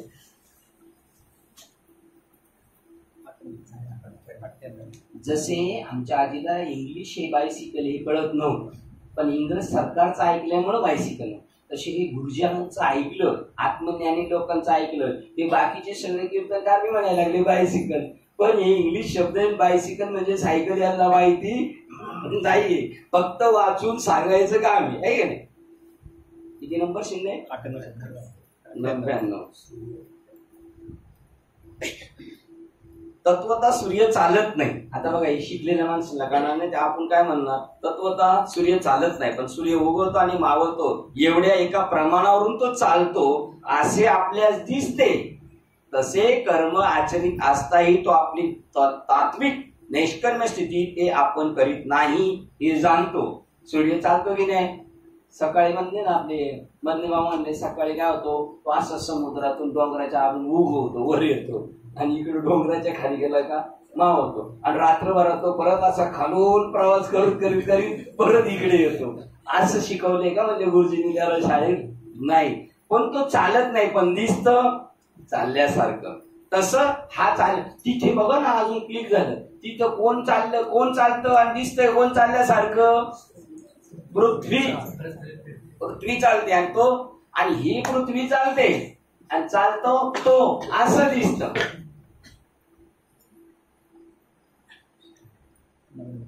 99 झाली ना. आणि तत्वता सूर्य चालत नाही, आणि सूर्य उगवतो मावळतो एवढ्याच एका प्रमाणावरून तो चालतो असे आपल्याला दिसते. तसे कर्म आचरित असताही तो आपली तात्विक नैष्कर्म्य स्थिती ते आपण करीत नाही हे जाणतो. तो बाह्यता मनुष्यासारख्या व्यवहारात जरी दिसला, आता आपले बाबा श्रीपाद बाबा माणूस आहे काय? हे जेवढे बाबा लोक आहेत माणूस आहेत काय? नाहीच येते. मग कोण येते? कोण येते? आता हे जेवढे बाबा आहेत सगळे ते बाबा माणूस आहेत काय? माणूस आहे नाही काय? कोण येते? संत कोण आहे? त्याचं मूळ अधिष्ठान काय? शाबास. संत आहे म्हणजे त्यांचं मूळ अधिष्ठान काय? माणूस. देव आहे हे त्यांना माहिती आहे का नाही? हे त्यांना तरी माहिती आहे का? त्यांना माहिती आहे का आपण देव आहे? ते तो माणसासारखे म्हणतात, काय तू असं करतो, तू तसं करतो. त्यांना ज्या दिवशी माहिती होईल ना ते माणूस नाही देव आहे, त्या दिवशी ते तुमच्याकडे म्हणून काय पाहतील? देव म्हणूनच पाहतील. ती आत झाली या मात तसेच विश्वात अवघ्या ठाई, मग ते ब्रह्म चैतन्य तुझ्या अनुभवा येई हे नरा. गाडी आमची निघालेली 4 धामला येतं का? कर्ज काढा तरी तुम्हाला नेऊ आम्ही. नसले पैसे तर आता भरून नंतर मानगुटे बसून घेऊ. हे बाह्यता मनुष्य व्यवहार करीत दिसतो, तरी पण तत्वता परब्रह्म आहे असे समजावे. एक तरी ववी नाही सगळ्यांना. ज्या बाबाकडे आपली श्रद्धा आहे त्याला तर समजू, त्याला समजलं का त्याचा दुसरा भाऊ असेल ना गुरुबंधू त्याला समजू, मग एकाला समजू. नुसतं शिंकला तरी म्हणत होते याला कोरोना झालाय तर काय. इकडे एकालाही समजत नाही याला कोरोना झालाय म्हणून परमार्थी आहे का नाही.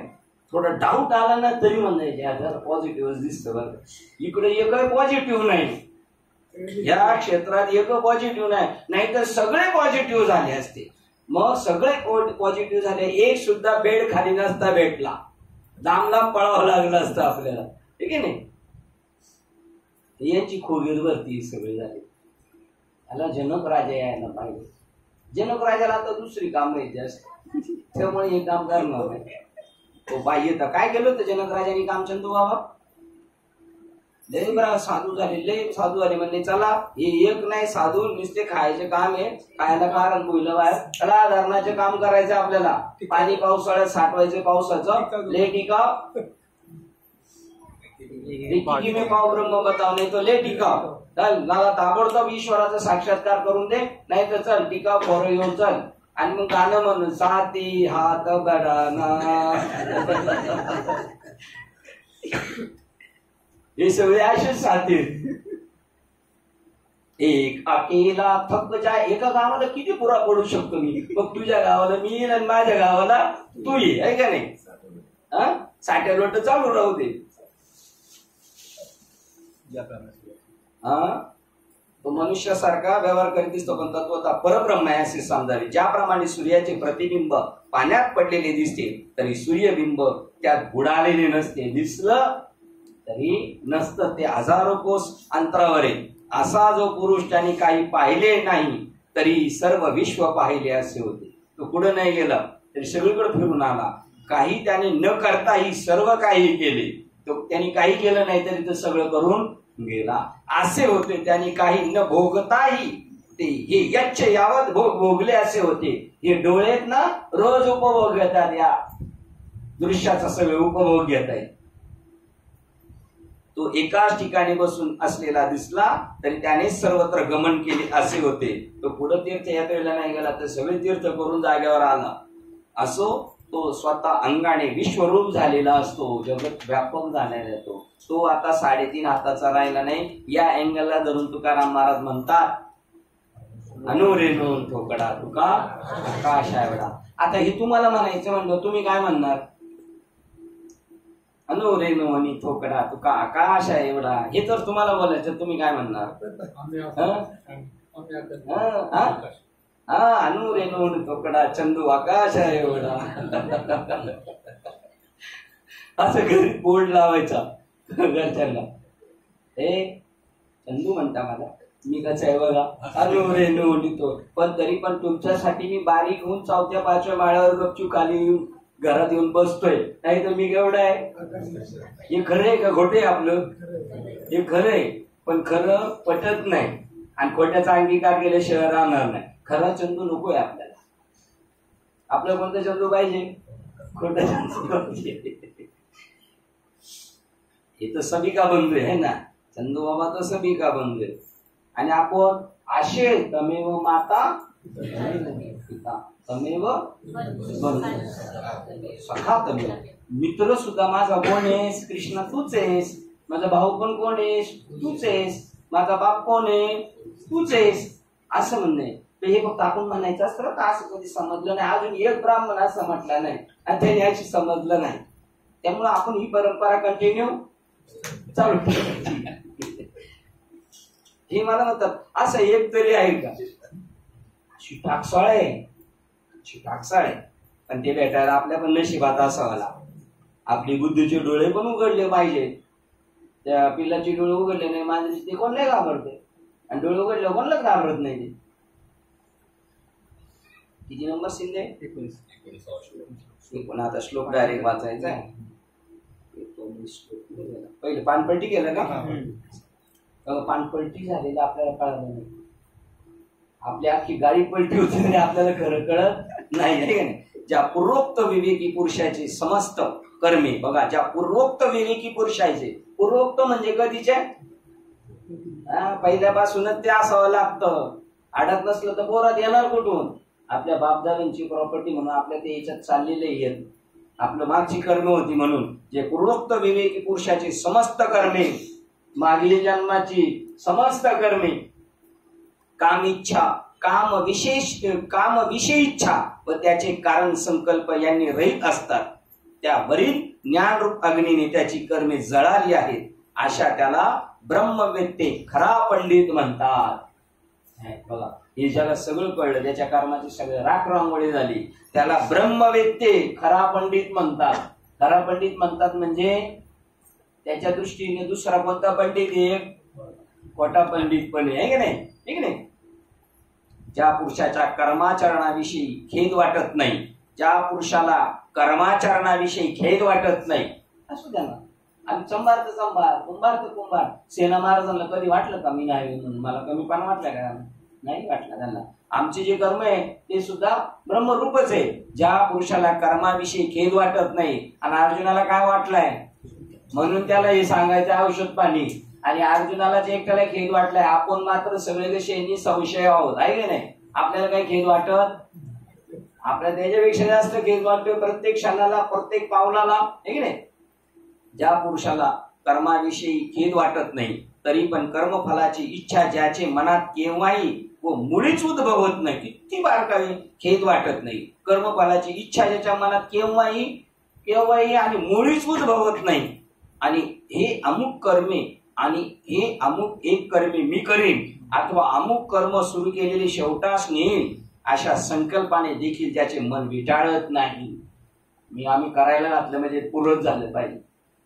पूर्ण करणारे आम्ही कोण आहे, आणि ते अपूर्ण काय आहे महत्वाचं. जर सगळंच पूर्ण आहे तर अपूर्ण काय आहे इथं. हे अमुक कर्म मी करीन अथवा अमुक कर्म सुरू केले शेवटास नेईल, अशा संकल्पाने देखील ज्याचे मन विटाळत नाही. का तर ज्ञानरूप अग्नीचे द्वारा ज्याची आपली सर्व कर्मे जाळून टाकली आहेत, असा तो पुरुष म्हणजे मनुष्य रूपाने परब्रह्म अवतरला आहे असे समज. ज्ञानाग्नीचे निमुखे ज्याने जाळलेली कर्मे अशेखे सगळी कर्म पेटून दिली, तो परब्रह्माची मनुष्य वेखे ओळख तू. श्लोक क्रमांक 20. जो कर्माविषयी अभिमान व फलाविषयी आसक्ती धरीत नाही.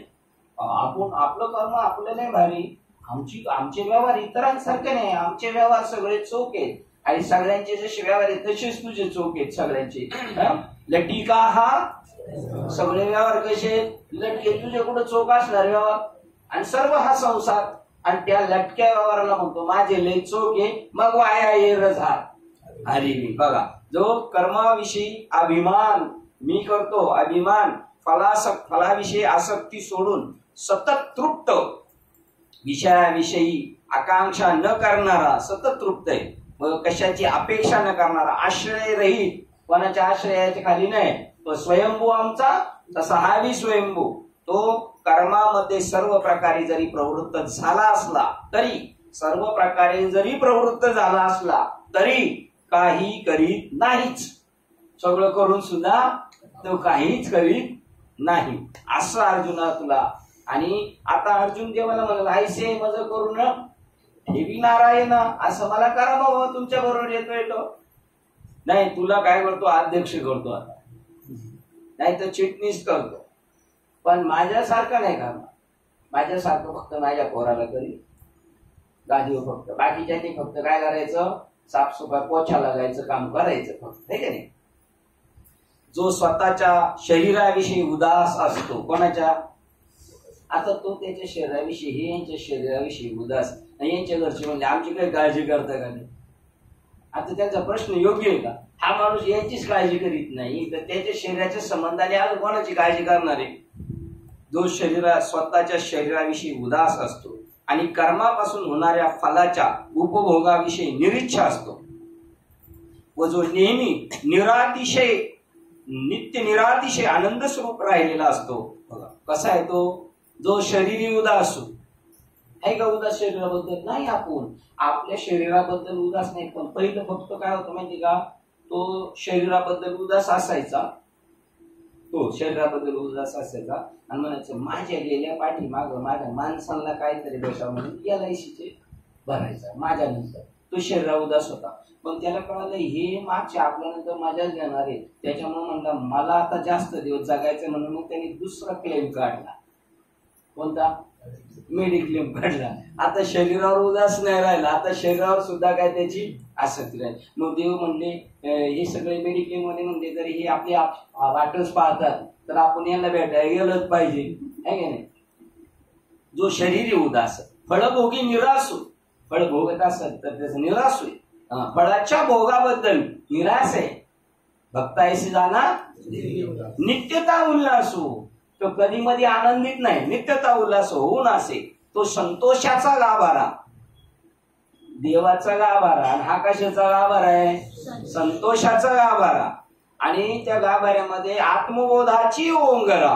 सगळे पदार्थ कोणते सेवन करतोय? ओंगरा म्हणजे पदार्थ. कशाचे? आत्म्याच्या बोधाचे पदार्थ खातो. आणि बरं किती खाल्ले तर येऊ द्याच म्हणतो, पुरे न म्हणायची धनुर्धरा. बस म्हणतच नाही, का म्हणे पोट घालेची न नाही आणि खादले ते खाय आवडीने. पुरे न म्हणायची धनुर्धरा. आरोगिता, आरोगिता म्हणजे 4 भोजन करताना नको म्हणतच नाही, येऊ द्या येऊ द्या, पण काय खातोय तो? आत्मबोधाचे पक्वान्न खातो. किती नंबरचा श्लोक आहे आता हा? त्याच्या पुढचा 21-22 एकत्र आहे ना. तृष्णा शून्य कुंटलिया धावा सृष्णेची. आता काय करायचं काय? आता आम्ही जेवून राऊंड मारून आलो की यांना म्हणतो सगळं आता झालं, राऊंड घेऊन मारून आला, जेवून राऊंड मारून आलं का ज्याच्या त्याच्या घरी जाताना यांना म्हणलं मग पुढं काय ठरवलंय तुम्ही आता? आता झोपण्याशिवाय काय पर्याय का? तर दुसरं काय ठरवायचं? तसं त्याला आता पुढं तृष्णा शून्य का काय अजून ठरवलेलं आहे साहेब? अजून काय आहे बाकी? शून्यच बाकी. आता शून्य बाकी राहिलं. आता काय परदेशी बाबा काही बाकी आहे करायचं? झाली ना सगळी काम.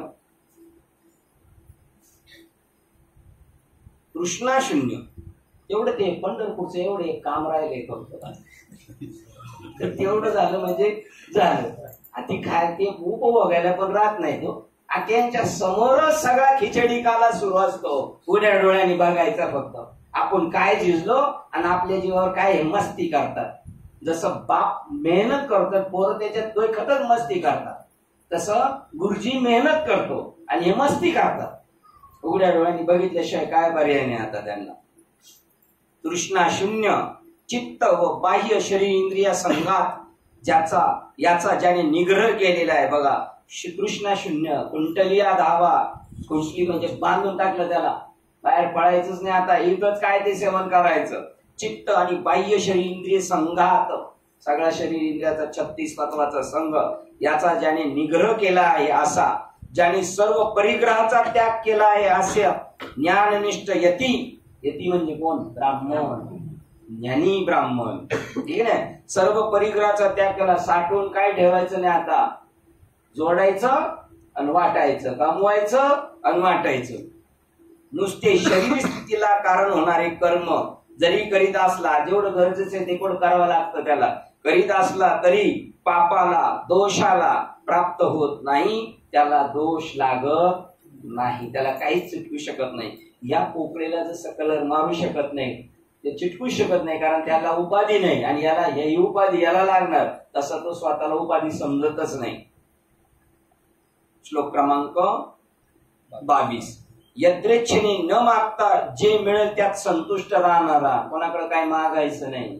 आणि प्रारब्धाने जे भेटेल आपल्या पदरात ठेविले आनंद ते शिळे कोरके खायची वेळ आली तरी ते आनंदाने खाणार. यद्रेच्छेने कोरके माहिती का तुम्हाला? नंतर सांगेल. यद्रेच्छेने न मागता जे मिळेल त्यात संतुष्ट राहणारा, काही न मागता मिळालं ते. शीत उष्ण सुख दुःख. बघा ज्ञानेश्वरांचं एक चित्र दाखवले, कोणतं गाणे ज्ञानेश्वर जोडी घेऊन पडतात.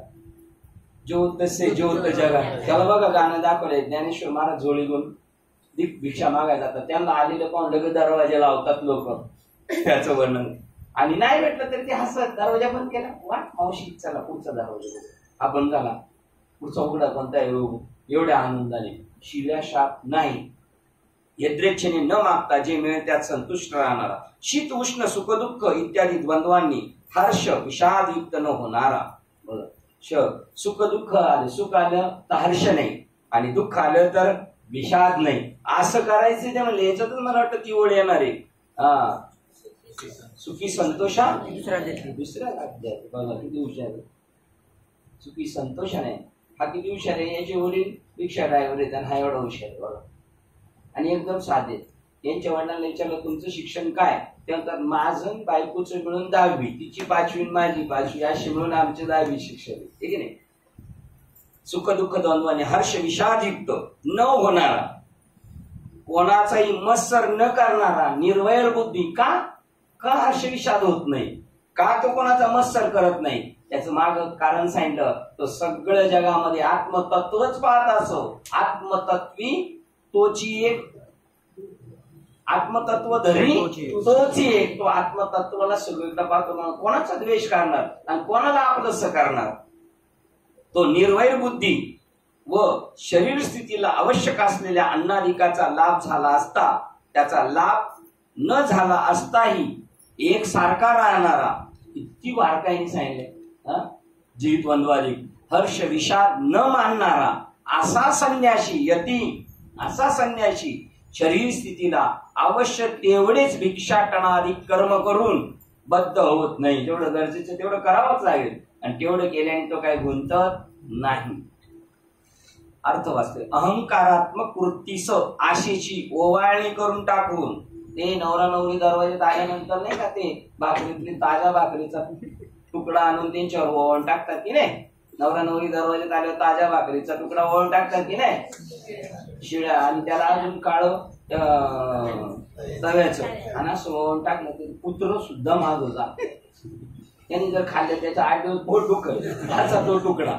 तसा त्याची ओवाळणी करून टाकतो त्या अहंकाराची. अहंकारात्मक वृत्तीचं अहम मी, त्या मीची आशेस ओवाळणी, या मी आणि मला हे पाहिजे या सगळ्याची अशी ओवाळणी करून टाकून देतो अधिक वाढत्या प्रेमाने. आणि त्या टाकून देऊन आणि मग ते टाकून दिलं का अधिक अधिक वाढत्या प्रेमाने तो ब्रह्मसुखाची गोडी कितीतरी घेत असतो. टाकून दिला, फळाची अपेक्षा टाकून दिली आणि आता कशाची गोडी चालतोय, ब्रह्मसुखाची गोडी अधिक अधिक वाढत्या प्रेमाने. मग रामनामी आणि सुख घडोघडी वाढू लागे, आहे की नाही. म्हणून त्या ब्रह्मसुखाची गोडी कितीतरी घेत असतो. म्हणून ज्या ज्या वेळेस जे जे मिळेल त्यात तो संतुष्ट असतो. आणि ज्याला आपले आणि परके हे दोन्ही नसतात, तो आपल्या दृष्टीने जे पाहतो ते तो आपणच होतो. कोणाला पाहतो तो? राजू शिंदेला पाहतो का? नाही, राजू शिंदेच पाहत नाही. राजू शिंदेला काय समजतो तो? राजू शिंदे पाहतो हे कधी समजेल तो? ज्या वेळेला तो स्वतःला संपत हांडे समजेल तेव्हा समोरच्याला काय समजेल? राजू शिंदे. जो स्वतःला आत्मरूप समजेल तेव्हा दुसऱ्याला काय समजेल? आत्मरूप. आणि 2 आत्मरूप असतात, आहे की नाही? एकच असतं, आहे की नाही. त्यामुळे तो जे जे भेटे ते ते वाटे मी आहेसे, आहे की नाही. मग त्याला आपले आणि परके हे दोन्ही नसतात. आपल्याला आहेत की नाही आपले परके? नाही ना. जावचं पोरग आणि आपलं पोरग जेवायला बसल्यानंतर, नाही का नाही. मग बरोबर तो आपल्या दृष्टीने जे पाहतो ते ते आपण होतो. आणि जे कानाने ऐकतो तोही तोच झालेला असतो. कानाने ऐकणारा तोच आणि पाहतो पण तोच. पायाने जे चालतो आणि तोंडाने जे काही बोलतो, त्या शरीराने जितके व्यापार म्हणून तो करतो ते सर्व आपणच अंगाने झालेला असतो. सगळं जेवण करताना तो जेवणाला वेगळे समजत नाही. जेवण आणि मी एकच आहे असं समजून करतो तो. त्यामुळे सर्व आपणच अंगाने झाला असतो. तात्पर्य सर्व जग आत्मरूप पाहतो. तात्पर्य सांगावं लागलं, कारण आपलं एवढं काढणार नाही. हे सगळ्या मागचा उद्देश काय? बाबांनी गावाला जर गोष्ट सांगितली का दुसऱ्या दिवशी गावात अख्ख्या गोष्टी चालतात, पण गोष्टीचं तात्पर्य नाही. याचं तात्पर्य सगळं तात्पर्य सर्व जग आत्मरूप पाहतो. हे असो पहा फार काय सांगावे हे अखिल विश्व त्याला, फार काय सांगावे हे अखिल विश्व ज्याला आपल्या आत्मस्वरूपापासून वेगळे काहीही आहे असे दिसतच नाही. बघा हे वाचायला एवढं अवघड आहे, समजायला किती अवघड आहे. हे असो, पहा फार काय सांगावे. हे अखिल विश्वच ज्याला आपल्या आत्मस्वरूपा वाचून वेगळे काही आहे असे दिसतच नाही, अशा अवस्थेत ही अवस्था आहे.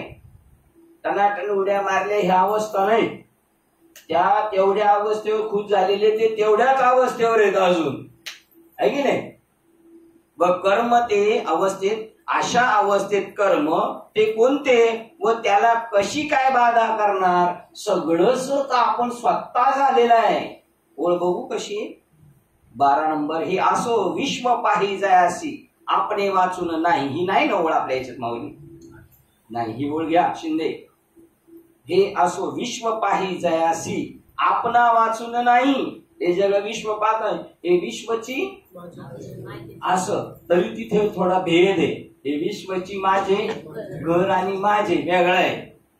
हा, आणि त्याच्यानंतर काय पुढे, हे विश्वची माझे घर आईशी मती जायची स्थिर. बुद्धी अजून एक तिसरं आहे. अशी मती जायची स्थिर किंबहुना चराचर आपण झाला. आता आपण झाला जयासी आपण वाचून नाही. आता कवन ते हे असो विश्व पाही, हे सगळं विश्व पास असं जयाशी आपणे वाचून नाही. आपल्याशिवाय जगात दुसरं कोणीच. आता कवन ते कर्म काही बाधित आहे ते. आता कर्म कोणतं, कर्म सुद्धा त्याला काय आहे, आपणच आहे. आणि बाधल तर काय त्याला, मग या अँगलनी मज गोपिका दावे बांधती, त्या दाव्याने मी बांधला जाईल का. दिसायला दावी असली तरी कृष्णाच्या दृष्टीने दावी काय, आपणच आहे. ती दावी राहणार नाही. आपण आपल्याला बांधून घेऊ का. त्याच्यापुढे हा मत्सर जेथे उपजे तेथेच निरेचे जाया तुझे. तो निर्मत्सरू काय म्हणजे बोलवरी. आता हा निर्मत्सरी हे कसं काय बोलता येईल, मत्सरच ज्याला माहिती नाही. त्याच्यापुढे मत्सर ज्या द्वैतापासून उत्पन्न होतो, इतके सुद्धा द्वैत ज्याच्या ठिकाणी उरलेले नाही, तो निर्मत्सर आहे. हे काय शब्दाने बोलून दाखवले पाहिजे, प्रश्नचिन्ह नाही दाखवले पाहिजे. आम्हाला एवढं काही हुशार आहे का, आम्हाला फार क्लिअर करून दिलं पाहिजे. तो सर्व प्रकारे मुक्त आहे. तो सर्व कर्मे करीत असताही कर्मरहित आहे. तो सगुण म्हणजे गुणात वावरत असलेला दिसतो, तरी पण गुणातीत असतो यात संशय नाही. असा एका जनार्दनी न घ्यावा संशय. मग तू स्वतः निश्चयशी होय आणि तूच सगळ्यांमध्ये आहे असा निश्चयशी होय. आता स्वतःच नाही, मग निश्चयशी होय सगळं जगत. हरिरूप. श्लोक क्रमांक 23. ज्याची कर्मे व फल याविषयी आसक्ती निवृत्त झाली आहे, ज्याची त्यात आसक्ती राहिलेली नाही, त्यामुळेच जो धर्म अधर्माधिक बंधनापासून सुटला आहे.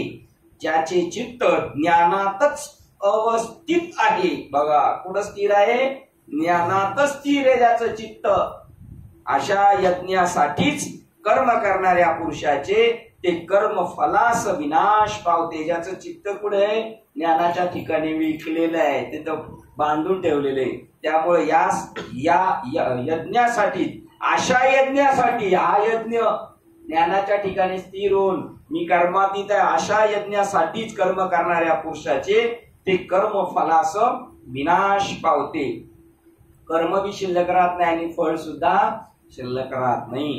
तो देहधारी तर असतो खरा, पण विचार दृष्ट्या चैतन्यासारखा असंग दिसतो. कारण ब्रह्माच्या कसाला लावून पाहिला तर तो ब्रह्मा इतकाच अत्यंत शुद्ध दिसतो. नानांनी ओळपाट केली होती, त्याच्यानंतर साहेबांनी पण केली, आता आपलं दोघांना करायची. तो देह संगे तरी असे, देहाच्या संघात आहे. संघ म्हणजे 36 तत्वाच्या संघात. परी चैतन्यासारखा दिसे आहे देहात, पण दिसतोय कसा, चैतन्यासारखा. पाहता परब्रह्माचे निकसे तुकिता तुलनेसी ब्रह्म. तसं कस लावून पाहिला, पाहता ब्रह्माचे निकसे. चोखाळू मला त्याला कस लावला, नक्की ब्रह्म आहे का, तर त्या कसाला तो उतरला. तो देहधारी तो खरा, पण विचारदृष्ट्या चैतन्यासारखा दिसतो, कारण ब्रह्माच्या कसाला लावून पाहिला तर तो ब्रह्मा इतका शुद्ध असतो. असा जरी तो केवळ मुक्त आहे तरी पण एखाद्या वेळेस कौतुकाने यथाविधी यज्ञादी कर्माचे आचरण करतो, तरी ती संपूर्ण कर्म त्याच्याच ठिकाणी आत्मस्वरूपाच्या ठिकाणी त्या लयाला जातात. ही 15 नंबरची ओळ. किती 15? 115 पण मार्क करायचे. 115. बघा आता जेवढे आपले जे महात्मे पायवारीला जातात त्यांची ही भूमिका आहे. असा जरी तो केवळ मुक्त आहे, तो मुक्त आहे, तरी पण एखाद्या वेळेस कौतुकाने दिंडी काढी यथाविधी यज्ञादी कर्माचे आचरण करतो तो, तरी तो संपूर्ण कर्मे त्याच्याच ठिकाणी आत्मस्वरूपाच्या ठिकाणी लयास जातात. तो जरी हे सगळं करतो तरी त्याला हे माहितीये हे दिंडी नाही, हे चैतन्य, ही माणसं नाही, ती चैतन्य, त्यामुळे ती त्याच्याच ठिकाणी लयास जातात. पण त्याच्याबरोबर बाकीचे सगळे जे जातात त्यांनी बी असेच गेले पाहिजेत, त्यांनी तिकडून आले असे झाले पाहिजे, तर त्यांचं सार्थक होईल. हळूहळू वाया नाही जायचं, पण झटक्यात झालं पाहिजे. ज्याच्यासाठी गेलो ते कळालं पाहिजे. त्याप्रमाणे आकाशात अकाली उत्पन्न झालेले पोकळ ढग वृष्टी केल्या वाचून लगलीच आले तसे आपोआप लयात जातात. त्याप्रमाणे तो जरी वेदविध कर्माचे यथाविधी यथासांग आचरण करीत असला तरी तो त्याच्या एकत्व निश्चयामुळे ऐक्यासच येतात. कर्माच्या ठिकाणी त्याचा आत्मदृष्ट्या दुजाभाव नसल्यामुळे ती त्याच्या ठिकाणी आत्मस्वरूपाच्या ठिकाणी लय पावतात. ढग जरी अकाली आले तर निघून जातात, त्याचं कर्म जरी आलं तर ते निघून जातात. कुठं लय होतं? त्याच्या आत्मस्वरूपाच्या ठिकाणी. किती नंबरची ओळ आहे बघा. ऐसे कौतुके जरी कर्मी यज्ञाधिके तरी ऐसे जरी परी कौतुके जरी कर्मे करी यज्ञाधिके तरी ती लया जाती निश्चय तयाचीच ठाई. कुठं जातात लयाला? ती सगळी कर्म त्याच्याच ठिकाणी येऊन लीन होतात. कारण तो कोण झालेला आहे? तो परब्रह्मेची कसे चोखडोबाला. बघा त्याच्या पुढे देतात, तुम्हाला वाटलं असं झालं, मध्ये सत्यात होते, मध्ये त्या वावराच्या भांडणात होते, अकाळीची अब्रेलेशी उर्मी विना आकाशी, त्या आकाशात आलेली आहे. हरपती अपयशी उदयली असाती, जिथून निर्माण आली तिथंच ते आपोआप लयाला जातात. तैशी विधी विधाने विहिते. बघा तशी तैशी विधी विधाने, विधीने विधानाने सांगितले विहिते जरी आचरे तो समजते, सगळी समजते, तरी ती ऐक्य व्हावे ऐक्याते पावती लगा. हे तिन्ही 15 ते 18वी. श्लोक क्रमांक 24. ज्या मंत्राने किंवा जुहुस्पृ इत्यादी साधनाने ब्रह्मविद हवी अग्नीत अर्पण करतो, तो मंत्र किंवा जुहू वगैरे साधन ब्रह्म तप तूप भात वगैरे अग्नीत होमा वयाचा पदार्थही ब्रह्म. बघा जे जे सांगतोय ते सगळं काय समजतोय? तो ब्रह्म. ते ज्यात होम करावायचा तो अग्नी सुद्धा ब्रह्म, हवन करणारा यजमान ब्रह्म, व प्रत्यक्ष होम क्रियाचाही ब्रह्मच. ज्या होम क्रिया चालल्या ते सुद्धा ब्रह्मरूप अग्नीत ब्रह्मरूप यजमानाकडून ब्रह्मरूप होम केला जातो. आपण त्या दिवशी नाही म्हणलं हे सगळं काय आहे? कृष्ण आहे. तसं हे सगळं होम सुद्धा ब्रह्म. होमात टाकलेली समिधा ब्रह्म, तो पेटलेला अग्नी ब्रह्म, जो ब्राह्मण करायला ब्रह्म यज्ञ तो सुद्धा ब्रह्म. त्याला म्हणायचं तू ब्राह्मण नाहीस, तू कोण आहेस? आणि तू एकटा नसून मी आणि जाळ, हा चाललेला जाळ आणि हे टाकलेल्या सगळ्या समिधा आहे नाही, हे सगळं ब्रह्मच कर्म. त्यात ज्याच्या चित्ताची समाधी स्थिरता आहे असा तिथं तो स्थिर आहे. त्याचं नाव आहे जरी आकाश बरोबर तरी मी ब्रह्म आहे. त्या ज्ञानी पुरुषाकडून ब्रह्मच प्राप्तव्य फल आहे. त्याला इष्ट असलेली फलही ब्रह्मचे, त्याला जे प्राप्त करायचे ब्रह्म. आणि त्या ब्रह्माला जरी काही लक्षात फायदे झाले, फळं आली, तरी ती सुद्धा काय सगळे ब्रह्म. फलही ब्रह्म आहे. आणि फल म्हणजे चांगलंच फळ असतं असं नाही, याचे जैसे कर्म त्याशी तसे फळ देतो. मग त्याचं फळ जे बी असेल ते सुद्धा काय ब्रह्म. बघा कर्माचरणात त्याची दृष्टी कशी असते पहा. हे एक हवन कर्म, मी हवन करता, या यज्ञात हा अमुक भोगता, यज्ञ भोगता जो नारायण तो, अशा प्रकारे त्याच्या बुद्धीत भिन्न भाव नाहीत. म्हणून तो जे जे इष्ट यज्ञ करतो, बघू 19 काय, म्हणून जो जे इष्ट यज्ञ करतो त्यातील होम द्रव्य व मंत्र इत्यादी सर्व, बघा तो मंत्र सुद्धा ब्रह्मच, व तो आत्मस्वरूपाच्या ठिकाणी स्थिर बुद्धी झालेला अविनाशी भावरूप अर्थात ब्रह्मस्वरूपच आहे असे तो पाहतो. म्हणून आता तो पाहतो का आपल्याला पाहायचं, असं आपल्याला पाहायचं नाही तर हे ऐकता ऐकता तो पाहतो त्याच्यामुळे आपला त्याचा काय संबंध नाही, असं नाही समजायचं. आपल्याला तसं पाहायचंय आता, नाही. म्हणून आणि असं पाहिजे त्याच दिवशी तो मोक्षाला जातो, तरच त्याचा ईड होतं, नाही तर तो पुनरपी जन्मामध्ये येतो जन्म मारणार. कारण त्याला वेगळं दिसलं का जन्माला येणार, आणि सगळं सारखं दिसलं का येणार. म्हणून अर्जुना ते कर्म ब्रह्मरूपच आहे अशा स्थिर बुद्धी ज्याच्या अंतःकरणात बांधलेली असा ठाम बोधावर येतो, त्याने प्राप्त कर्तव्य कर्म केले तरी ते नैष्कर्म्यच होय. 21 मनोनी ब्रह्मतेची कर्म ऐसे बोधा आले सम, कर्तव्य ते नैष्कर्म्य धनुर्धरा. बघा अर्जुना ते कर्मच ब्रह्मरूप आहे अशी स्थिर बुद्धी ज्याच्या अंतःकरणात बांधली, त्याने प्राप्त कर्तव्य कर्म जरी केली तरी ते नैष्कर्म्यच होय.